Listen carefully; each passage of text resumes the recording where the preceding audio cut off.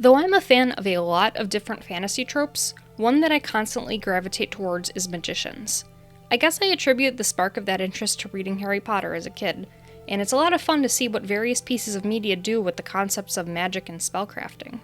The rules are different in each universe, and magic is such a nebulous concept that you can get really creative with it.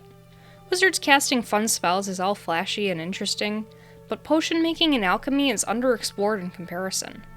Though spellcrafting seems to be well realized in media, at least in terms of magic systems and casting, alchemy is just throwing items into a pot and calling it a day. I try to fill that void in Skyrim by whenever I make a new character, I tend to spec into alchemy, but something always seemed lacking.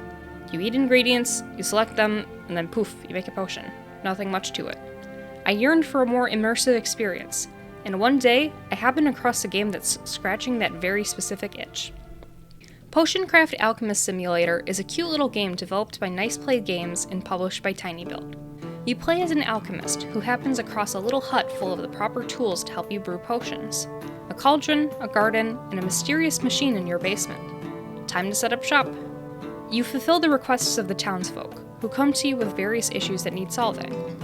It's a simple yet adorably addicting game that I've been following since they put out playtesting calls a few months back, and I've been very invested in the game due to the concept.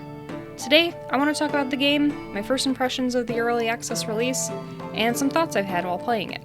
A link to the Steam page will be in the description, and I hope you check it out. Potioncraft has a very basic concept in terms of gameplay. The titular game mechanic involves a map on screen, a potion bottle in the middle, and little nodes across the map. Outlines of other potion bottles can be reached by combining the right ingredients and pushing your bottle along the way, then pumping the bellows once you reach it, which will then add an effect to your potion. To the left of your crafting station is your counter, where customers will come up to you and request various potions, and merchants will sometimes visit. To the right is your garden, where new herbs, plants, and mushrooms will grow each day. Up top is the attic, where you may sleep to start a new day, and in the basement is a mysterious machine that you must repair. Hints left behind tell you that you need to combine various ingredients to create the alchemist's magnum opus, the Philosopher's Stone. As stated earlier, the way you create these potions involves moving a potion bottle around the map to the combinations of ingredients. Each ingredient carves out a different path on the map. The more common ingredients have simpler paths, such as it going in the various cardinal directions, while the rarer items have more straightforward paths and cover a greater ground. The player is expected to figure out the most cost-effective, efficient path to reach the potion result they want. Obstacles block your way to certain results in the form of a field of skull and bones, which will quickly deplete your potion bottle. If run through for enough time, your potion will fail and all of your ingredients will be lost. The player is encouraged to find different combinations to create the various potions. Multiple sets of ingredients can come to the same conclusion. Order of putting the items in the cauldron matters, as well as how much you grind them up in the mortar and pestle, stir the ladle, or add in the water base.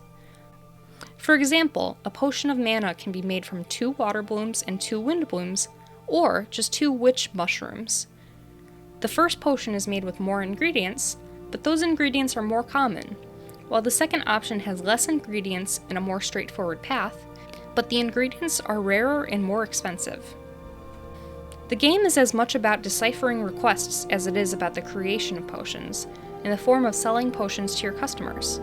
The customers come in with various issues: a broken leg, a rat infestation, a failing harvest. Some things are simple enough, while others are more vague in terms of their meaning. You're expected to figure out what exactly each customer is looking for, and present them with the potion they want. If you offer up the correct potion, then congratulations, you've made a sale. If not, they'll frown at you, but you'll get a second chance. But after too many failed offerings, a customer may get frustrated and leave. Your interactions with customers will determine your reputation and your popularity. Reputation comes from serving various customers. Fulfilling the request of a customer with good intentions increases reputation and popularity, and denying them will decrease both. Conversely, if a customer comes into your shop who says they want to poison someone or do other crimes, denying them will increase your reputation, but you will lose popularity. I'm not quite sure what happens when reputation reaches 0, but popularity impacts the price of your potions, the stock of merchants, discounts, and markups, and the penalty for a customer leaving. There's a bit of a conundrum weighing the loss of ingredients over the loss of popularity and reputation. One may not have the ingredients to create a potion saved in their recipe book, but they have items in their inventory that may let them create the potions. These items may be rarer and the player is waiting to use them at the right time. Should the player create the potion, earn their money, and earn the popularity and reputation? Or save the items, deny the customer, but lose their renown? The selling price of an item is not set in stone. You're allowed to haggle with a customer with a minigame where you have to click on a button when your arrow is in the middle of a symbol. There's a maximum number of gold you can gain from haggling, and a maximum number of what you can lose if you mess up at the minigame. Successful haggling may earn you more money, but you miss out on the chance of gaining popularity points. You can also haggle with a merchant if you want a discount on their items. Getting the ingredients to create one's potions is acquired in two ways: your garden, where new plants are grown each day, and merchants, who sell unique items. The herbalist, a young lady who sells you herbs and other similar ingredients. The miner, a man with a rather dwarven appearance who sells you crystals. The mushroomer, an older man who, you guessed it, sells mushrooms. The traveling merchant, who has no specialty and can carry a variety of items. And finally, your fellow alchemist, who sells you papers to fill up your recipe books, various recipes, and items to fix the enigmatic alchemy machine. This game has quite a bit of personality. Each of the merchants has their own little personality quirk. The herbalist sings, the mushroomer is writing a memoir, and so on. There's this loving charm to the tone of the writing.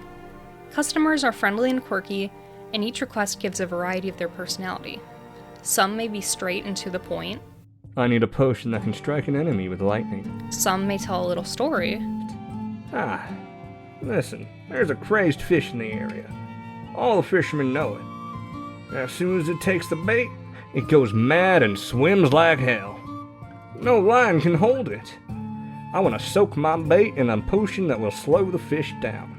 Please help. Which you're given the option to hear more of. That's boring. You sit there farting around, idly staring at your rod, and swatting at mosquitoes. I like tracking and catching extraordinary fish. Each one requires a unique approach and special bait, and only experienced fishermen can catch them. Bizarre fish fetch a higher price, too. And some may be... Hello, potions merchant. I'll get right to business. I'm a great lover of women, but work and stress. Anyway, when things get interesting, I have problems. You're a master of your trade, right? Got anything I can rub on my sword? Catch my drift? Well, you get the picture. This game has such a charming aesthetic. Yellowed backgrounds, scratchy outlines, and flat shapes give the whole game the appearance of being a medieval manuscript illustration. Each generic customer is actually generated via random pieces. The devlog on the Steam page goes into a brief explanation about the process, and you can even see an example of how each item of a person's appearance is broken down and can be changed around. Potions can also be customized. You can choose the bottle's general shape, the label size, the colors on each potion's effect symbol, and quite a bit more. Saving the potion in your recipe book also keeps the unique appearance of the bottle when you recreate the potion from the book, and you can edit it from the recipe book if you're not satisfied with it.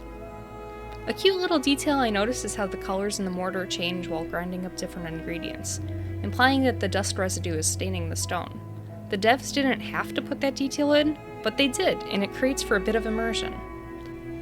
A bigger detail is the physics in the game. Dragging and dropping items isn't just a direct line. You can throw items around, tossing them and watching them fall. You can also do this for the ingredients, the potions, your cauldron's label, and the pestle, and it's a ton of fun to do so. The NPCs also react to where your potion is, and it makes it look like they're watching you put the potion down on the scale. The sound design in the game is also incredibly satisfying. When you use the mortar and pestle, you'll hear the stone sounds of clinking, as well as the crunching of dried leaves. Different items have different crunching sounds.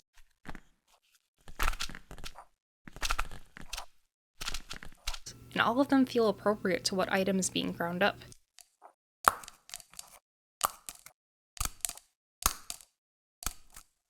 Something I find utterly adorable and charming is the creativity of each of the ingredients.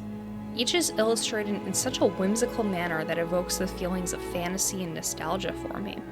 This is the kind of thing I craved in a potion making game like this. This quaint, magical feeling. Items are named things like Firebell, Dryad Saddle, Shadow Chanterelle.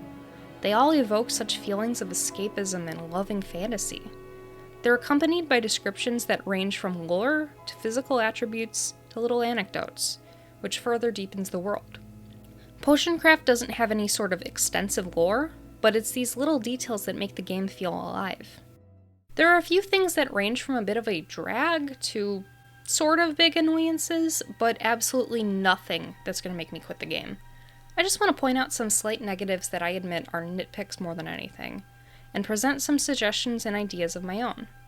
Just little thoughts that pop into my mind that I would implement if I was creating the game. First off, the load time for the game is a bit long, and it's acknowledged on the loading screen anyway.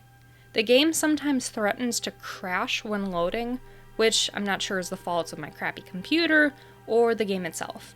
Thankfully, there haven't been any crashes, and I haven't been forced to use Task Manager to exit, but the screen still goes white sometimes. The gameplay mechanic of stirring the cauldron is a bit slow and tedious. To both grind up ingredients and stir the cauldron, you need to hold down the left mouse click and either move your mouse up and down or side to side. Grinding ingredients can be pretty fast or slow depending on what's needed, but stirring the cauldron is slower, and I think that system could be a bit faster. A few things with the way the game operates get me as well. I dislike that the save slots don't show you any sort of ID on the save screen, only that there's a saved game on the load screen. There's no way of knowing if there's already a save file in one of the slots, or knowing which one's which. If I were to suggest how they'd look, I'd go with the Slime Rancher route and allow the player to name the file session in case they want multiple playthroughs and want to distinguish them.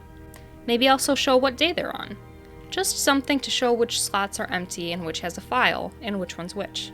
Again, this game is in early access, so perhaps the devs are going to update that in the future. I did part of the playtesting at a time where there wasn't even a save function to begin with, so this does seem like a work in progress. Onto gameplay-related suggestions and issues, I sort of dislike how there's no way to influence what grows in one's garden each day. There's the ability to make potions of fast growth and of rich harvest, so what if you were able to use those in your garden? The ability to choose which items get planted would also be helpful. There's a button on the UI labeled Shop Upgrades, which states that they're currently in development and will be available later on, so I'm hoping that one of those upgrades will either be a bigger garden or the ability to plant specific ingredients. Other than that, I can't think of any downsides. Most of these criticisms are nitpicks more than anything. There's so much to say about Potioncraft, little details I keep discovering while playing the game. When capturing footage for this game, I found a new detail that furthers the game's customization aspects. I would talk about this game all day if I could, but that takes away from time to play the game. I've been having an utter blast with this game. It's hitting me right in the perfect spot of wanting a more in-depth potion crafting experience. The gameplay is simple and intuitive, yet allows for a lot of creativity, thinking, and variety. The game looks beautiful and adorable, and has so many cute ideas and subtle world building. It's also insanely addicting. I was trying to catch a bit of footage for this video, and I ended up getting sucked into the game for a few hours, and I couldn't bear to pull myself away to continue working on this. I wish nothing for the best for the team behind Potioncraft, and I recommend it to everyone to at least check out. I can't wait for the full release and see what else the game has to offer. The link to the Steam page is in the description. Special thanks to my friend Your Resident Ginger, who provided voiceovers for the various customers. His channel is in the description if you want to check him out. Thank you for watching this video. I appreciate all feedback and read all comments I get. Leave a like and subscribe if you want too. I have a lot of fun making these videos, and I do these all recreationally. Feedback means the world to me. I don't have a Patreon, but I do have a Ko-fi if you want to support me. Thank you, and I hope you have a wonderful day, and happy crafting.